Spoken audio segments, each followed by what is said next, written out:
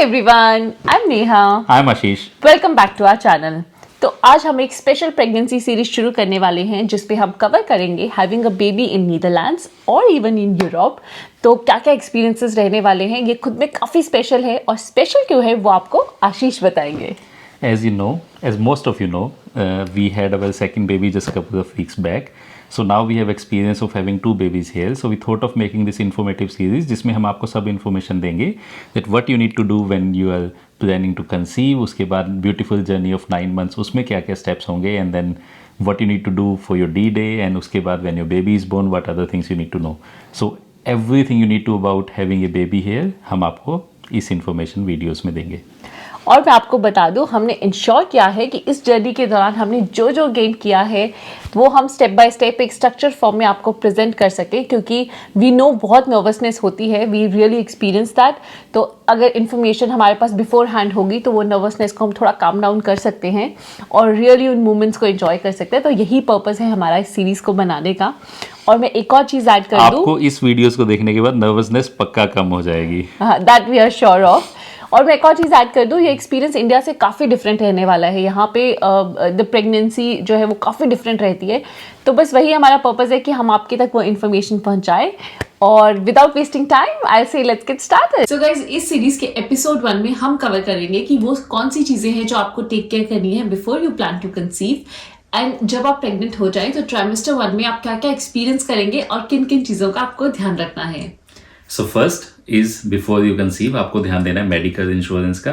आपका ये इस चीज़ पे फोकस होना चाहिए कि आपके पास एक adequate and efficient medical insurance होना चाहिए। एंड जैसा कि आपको पता है यहाँ पे आपके पास you have the option to change medical insurance just once which is on the end of the year. So when we were planning to have a baby उस चीज़ पे हमने काफ़ी ध्यान दिया था, एंड हमने 3 चीज़ों का स्पेसिफिकली ध्यान दिया था in terms of medical insurance. First was जो हमने अपना पर्सनल कॉन्ट्रीब्यूशन होता है उसमें उसको मिनिमम पे सेट किया था विच वाज 385 यूरोस, तो हमने उसको उस चीज़ का ध्यान दिया। सेकंड, हमने ऐसा किया था कि जो भी इंश्योरेंस है दैट इज एप्लीकेबल टू जितने भी हॉस्पिटल हैं आसपास में, बिकॉज इन दोज 9 मंथ्स कुछ भी कभी भी कॉम्प्लिकेशंस हो सकती हैं। सो वी वांटेड कि सभी जगह इंश्योरेंस होना चाहिए आपके पास। And third, we bought additional 2 star insurance. मैं आपको ये भी बता दूं, बेसिक इंश्योरेंस में सब चीज़ें कवर तो थी, but we still ended up taking these additional 3 things कि हमें कोई भी दिक्कत ना आए।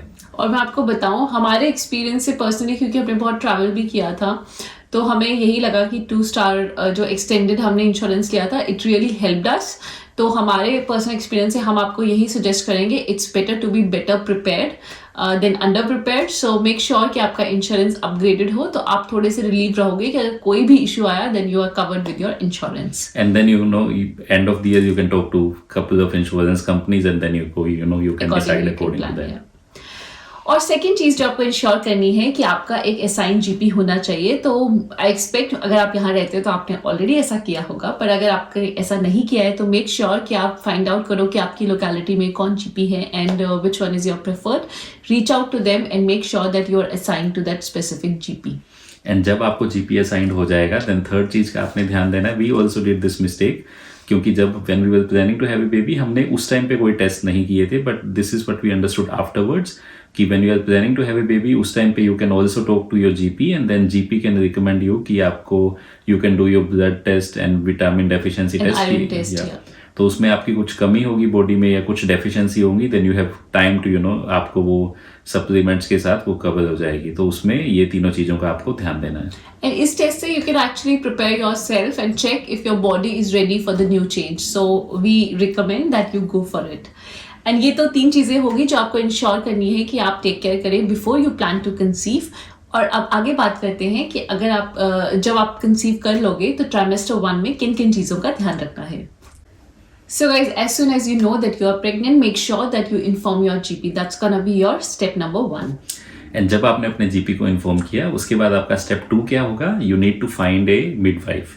सो what you need to do is we have given a website in the description section, वहाँ आप उस वेबसाइट पे जा सकते हैं। You can enter your zip code, वहाँ पे आपको ये दिख जाएगा कि आपके आसपास में कौन कौन सी मिडवाइफ्स हैं।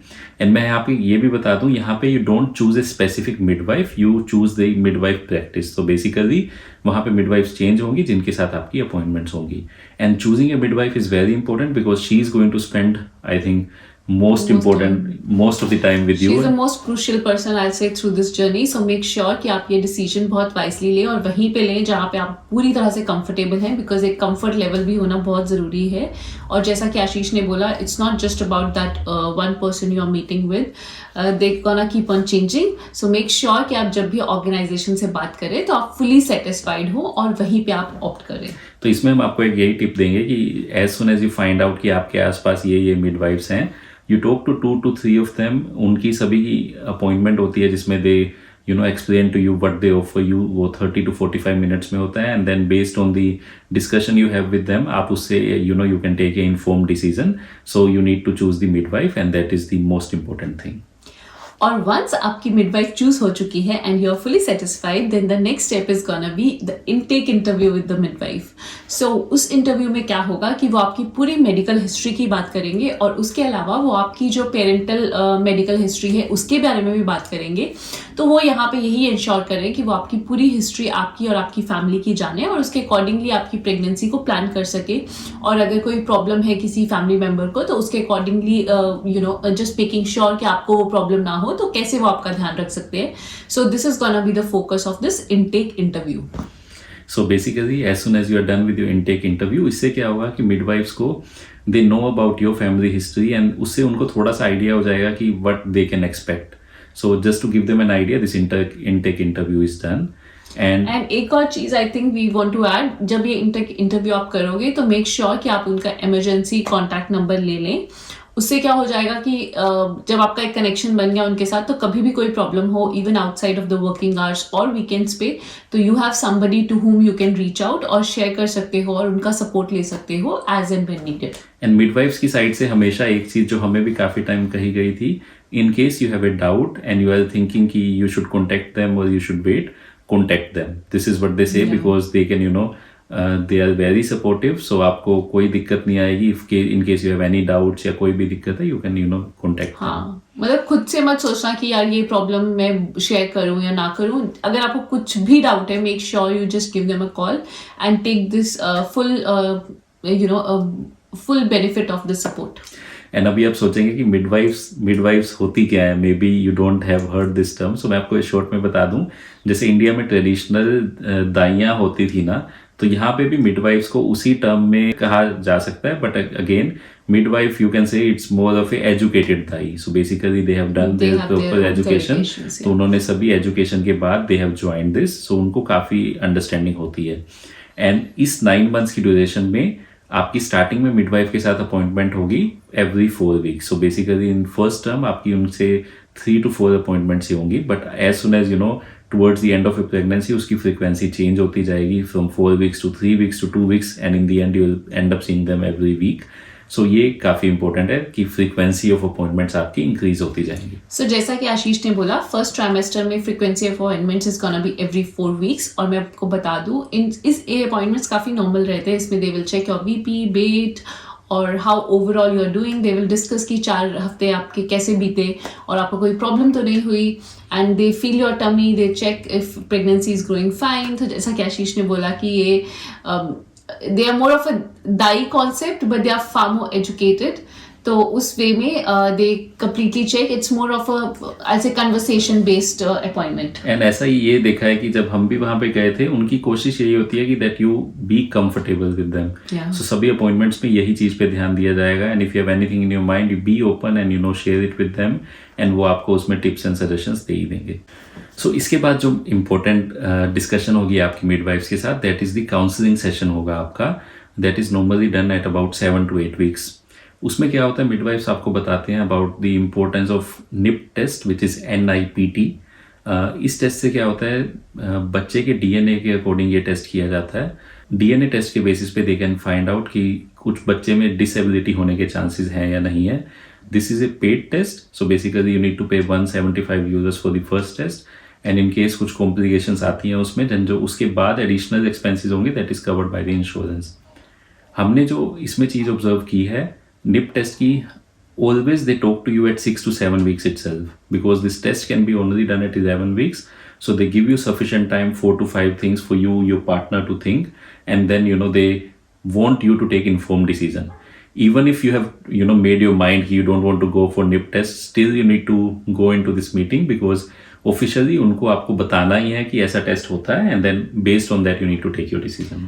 और मैं अपने एक्सपीरियंस से बता दूं, हम भी काउंसलिंग तो हमने अटेंड की थी but we took the decision of not opting for it. पर मैं बोलूँ ये कम्प्लीटली पर्सनल है, तो आप उस काउंसलिंग को डेफिनेटली अटेंड करना और बेस्ड ऑन जो भी आपने इन्फॉर्मेशन वहाँ से गैदर किया उसके बिहाफ पे you and your partner can decide कि आपको क्या करना है.